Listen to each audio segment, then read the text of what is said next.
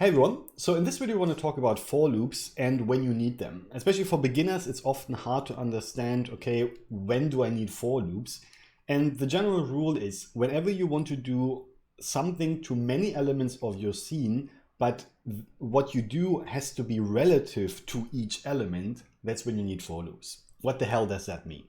So for example, you have this forest here, and this forest actually now came from the modeling department or the layout department. So you're unlucky that someone didn't realize you could have done this much easier in Houdini. So now you have to deal with this. And the problem is that the director now says, well, I like the overall composition, but all the trees are a bit too big. Can we scale them down a little bit? So let's say we don't want to push this back to the layout department, but we have to solve it in Houdini. Well, of course, what we need here is a transform node. And by the way, the scale is already, a bit off. So let's ignore this for now. And when we scale the trees down, of course, everything scales at once. Of course, because it's all one big geometry. Well, in the past, we would have, scaled it before we copy them, but we can't do this anymore. So what can we do now? This is where for loops come in.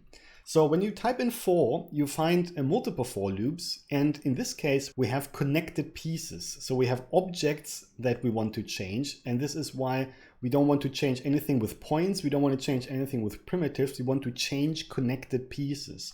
So let's drop this. And then you can see to find each piece or each tree, it uses a connectivity node actually as part of this setup.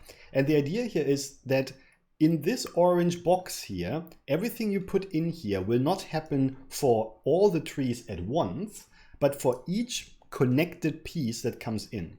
And I have to point out that I made sure that this example is prepared in a way that each tree is actually just one object, not multiple objects. Otherwise, that wouldn't work. So let's put the transform node into this here. And what this now means is that this transform node will not run for everything at once, but for each tree separately. So let's now try to scale this down again. And well, that didn't solve anything. What's the point here? Well, to understand what's going on, it often helps to, even though this transform node is now, happening for each tree, to just look at one particular tree at a time to understand what's going on. So we can do this in the for each end, so the last node of the for loop, and there is this single pass function. And this is purely for, preview, for kind of debugging. This is usually not meant to be used as a final result. But what you can see here is we can now jump through every single element that the for loop found, in this case, based on the connectivity at the top. So this is super helpful. And when we just look at one tree, it's easier to understand what's actually happening. Yeah, okay, each tree by itself is scaled, but it's still scaled relative to the center of the world. Well, to solve this, we can actually change the pivot. Now, we can put some kind of number here that we want, but that will not help us because this will be different for every single tree. So we have to kind of automate that. And this is where the $CEX, CEY, and CEZ come in. That's a nice trick because this expression will find the center of our object. So for X, we automatically use the X for this current object. For the Y, for the pivot, we use the center of the current object. And for Z, we use CEZ, which is the center Z of the current object. And this will now be our pivot. And when we scale this now, you can see the tree actually scales, well, currently relative to its center.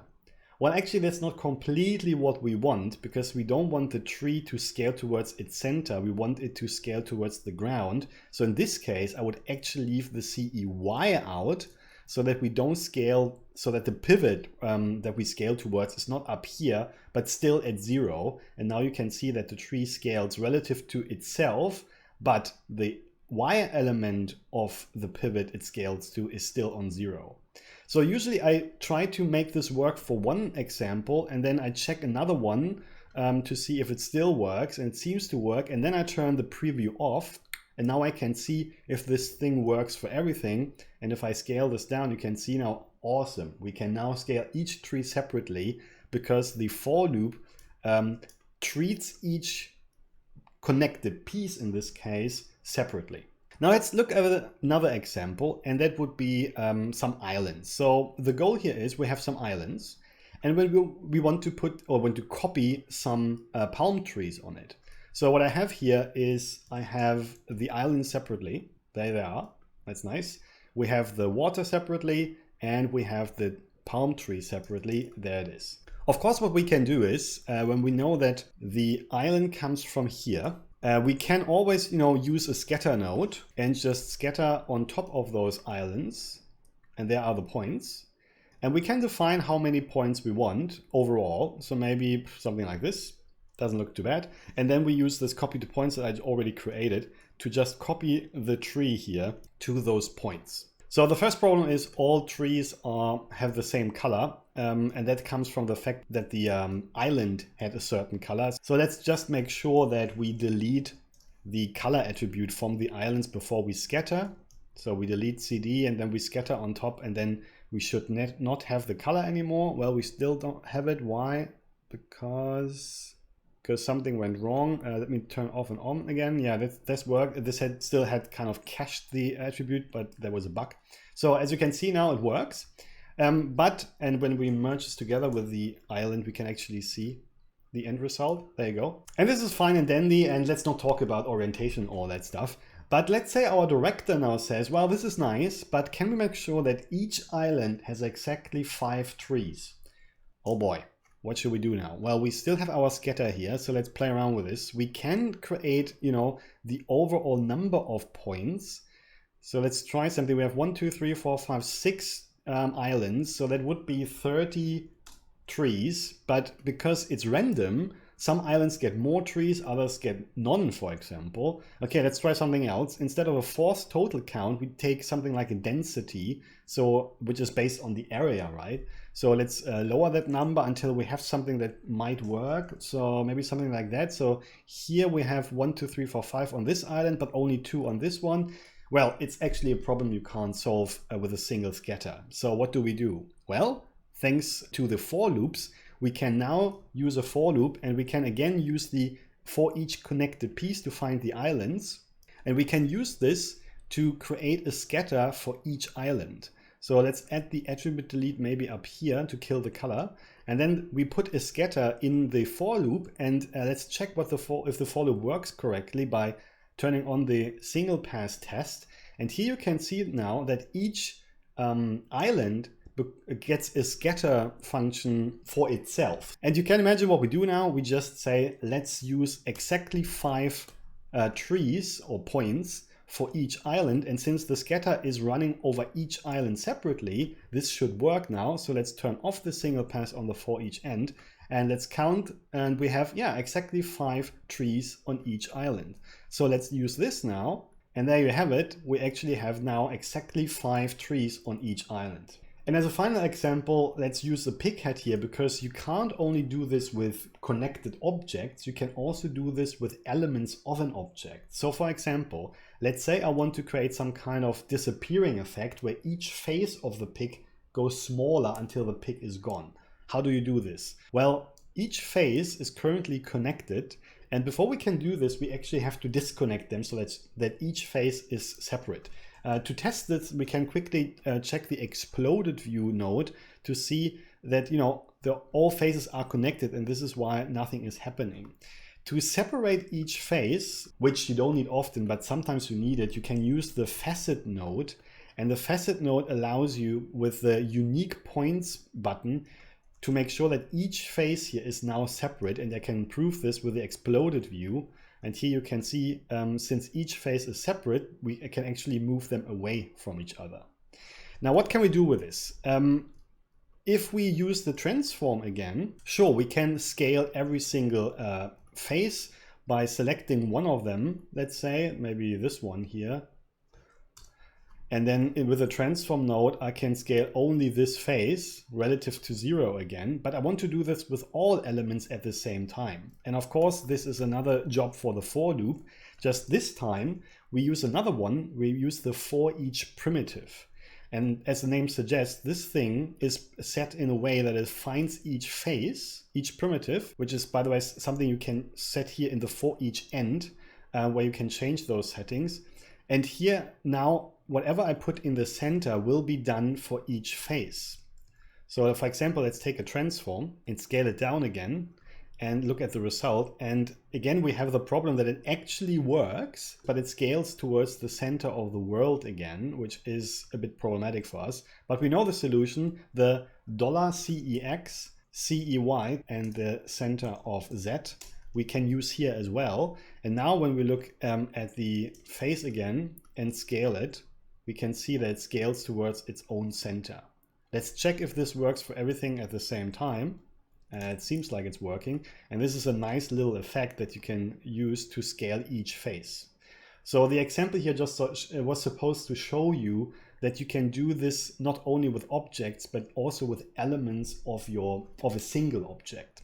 Now, this is really cool, but just a quick note on this. This was really just to explain to you the concept of a for each primitive loop. But there's actually an easier way of doing this, because for this you can actually use a primitive properties node. So if you really wanted to do this, this one is faster because this node is made to do transformations automatically for each face. You still have to be careful that you separated those faces before you do this. But once you do this, you can activate the transformation, or do transformation here, and then you can use the scale to scale each face, which is much faster because it's optimized internally. And by the way, if you wouldn't use the facet to separate the faces, it would look like this, which is interesting too. Here you just scale each face while they stay together, which can, result in some pretty weird results. So be careful. They have to be able to move freely. So I hope this is helpful to understand what a for each loop does. Of course, you can do many things with that. But one last thing, in case you try that, we always now had the case on purpose to make sure that each element, for example, our trees here, is really just one closed object. Very often you don't have that luxury though. So for example, let's look at this match size node here. And we wanted to have each object move down to the ground. Then of course we know we can use match size. But we also know that this will not work, because now what it does, let's set actually the justify y to min. It takes now the smallest y point of all the object and positions everything as one to the ground. So this is not what we want. We wanted each element to be positioned to the ground. And of course we know we can use a for each loop for that, and use a for each connected piece again. And that just put the match size in here so that this match size will be run for each object. And let's look through the result, and it looks like this. Now that's weird. Well, first of all, what we did wrong here is we forgot that the match size is still set to justify X and Z. So we have to turn Z and X off so that it doesn't reposition Z and X, but only Y. But there's still a problem. The poor Tommy doesn't have pants on anymore. And actually, if you look closely, the toy lost his hair. And the reason for that is that those two objects were actually made of multiple objects, and this connectivity node will find each object. It doesn't matter if originally it was kind of, logically the same object. So how do you solve this? For this, you have the for each named primitive, which will not just work, unfortunately, if you try that, but it is theoretically a way of solving this problem, but currently it complains because there is no name attribute.